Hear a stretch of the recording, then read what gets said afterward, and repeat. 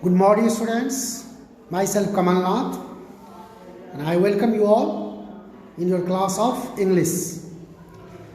Student, as you know, this is the week of English, and you are learning a poem, Marshlands. It is composed by, as you know already here, Pauline Johnson, and you have already learned the summary, the poem, what is in the poem described, and right now you have understanding the poem, the exercise related to the same poem. I am going to explain you the question answer that I have already prepared for you, for your help, so that you will have no trouble understanding the poem.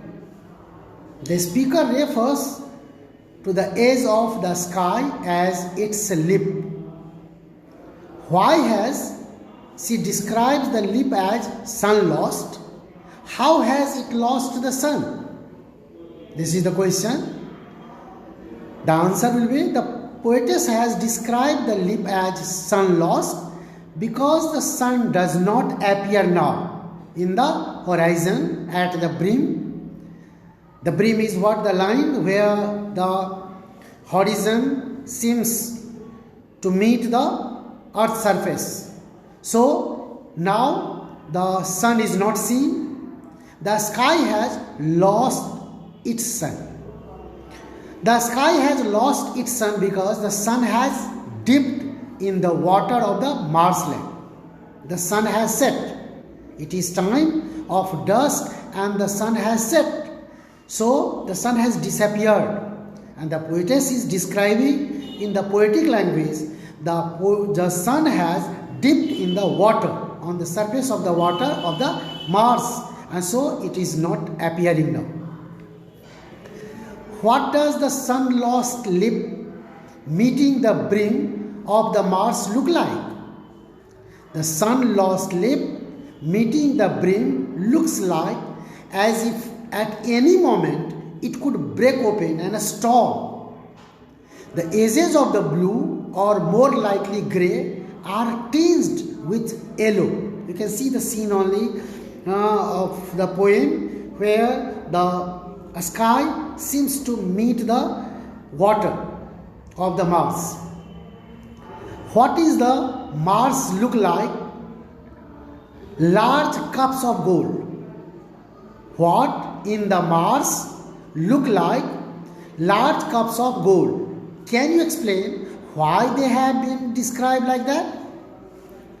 As the poetess tells that the color runs around the rim that ends where the sun has dipped down below the brim. The surface of the water looks like large cups of gold. You can see the water surface. It's like looks like it is a boiling. Okay, so the surface of the water looks like large cups of gold as the sun has almost vanished from the sky and it appears as if a storm is about to drench the land. Here you have another question, third one. Why has the wild goose come to the marsh? Where is it going? That is already mentioned. Several creatures are taking shelter there and they are coming from distant land. They rest there.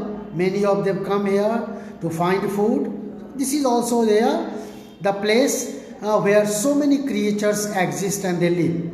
So it's not a place, you cannot just assume the marshland is what here? Deserted. It is not here the dwelling place of any creature. There are number of creatures which exist there, they survive there, they live there. So the question is here, why has the wild goose come to the marsh? Where is it going? The wild goose has come to the marsh to seek shelter there. It is going towards the rushes and lichens. Rushes is the tall grass that is found in the marsh, that is rushes. So it is going towards the rushes and lichens to find, that is a grey plant that is on the plant, that is lichens, to find shelter to rest at night. It knows that somewhere in amongst the rushes or long grass and the oozing lichens, there is somewhere it can rest. It can find the place where it can rest and spend the night. It is exhausted. The goose is here very exhausted due to day-long flight and seeking shelter. They are seeking shelter to take rest in the Mars. Fourth question, that is next. Which words from the poem tell us? Their poem is missing. Which words from the poem tell us how big the crane is and how fast it is flying? The words from the poem which tell us how big the crane is and how fast it is flying are heavy wind. That will be heavy wing, not wind. It is here again misprint. It will be heavy wing and lazy flight, respectively, from the poem. This heavy wing will be for its what big here. How big the crane is, that tells, and how fast it is flying is here indicated by its word that is here used, lazy flight. How is the fog? The next question it is here, fifth one. How is the fog that comes over the marshes described? Do you know what time of day it is when the fog arrives?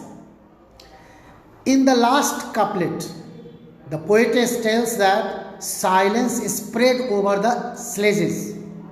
The marshland, along with all the other creatures and organic elements of the Mars, are silent. This air is thick and humid, which the poetess has called the fog. The air which has become thick and humid, it looks like fog, and so that is in the poem is used as a vapor. Vapor, that is a fog, pressing down on the marshes as they sleep. It happens at night. That is the time. It happens at night and the fog overlaps everything under it.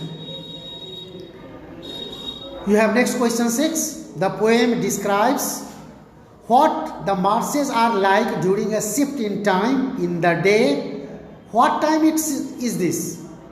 The poetess described the marshes in different ways. How it looks at day time and when it shifts to night. When sun sets, sky looks yellow and is tinged with different color. When it becomes dark, the marshes is covered with fog and every creature takes shelter. It seems that the place is abode of a spirit. Seventh question. What breaks the silence of the marshlands? What do you think is the effect of one lone sound in the expanding stillness of the marshes? The sound hush, you can see here hushed in the poem, this word in the last part. The hush sound of the vapor, that is here what fog, breaks the silence of the marshes, of the marshlands. That sound is terrifying in the stillness of marshes. No doubt, the sound that is here heard is terrifying. Have the marshlands changed from the first stanza to the last? When you started the very first stanza, this first here couplet, and when you went to the last stanza, last here couplet, what is here the change that you have observed in the marshlands? And you have to compare how different they look and feel. There again it is here misprint. It will be feel. It look and feel. Yes, in the beginning, the poetess describes the beauty of the union of sky and marshlands. It is looking fascinating, but when it shifts into night, when it becomes dark and the fog spreads all over and hides everything under it, okay, the things become unpleasant, nasty. You don't want really to see, to look, and it is horrible. It is really looking like it's really a terrible place. It is a horrible place. So in this way, what the poetess has described the poem. So these were what the answers of the questions you have got in the exercise. You are suggested to note down, write down all the question and answers that is described right now. I hope you will have understood everything. Thank you, students. Thank you being with me. Thank you.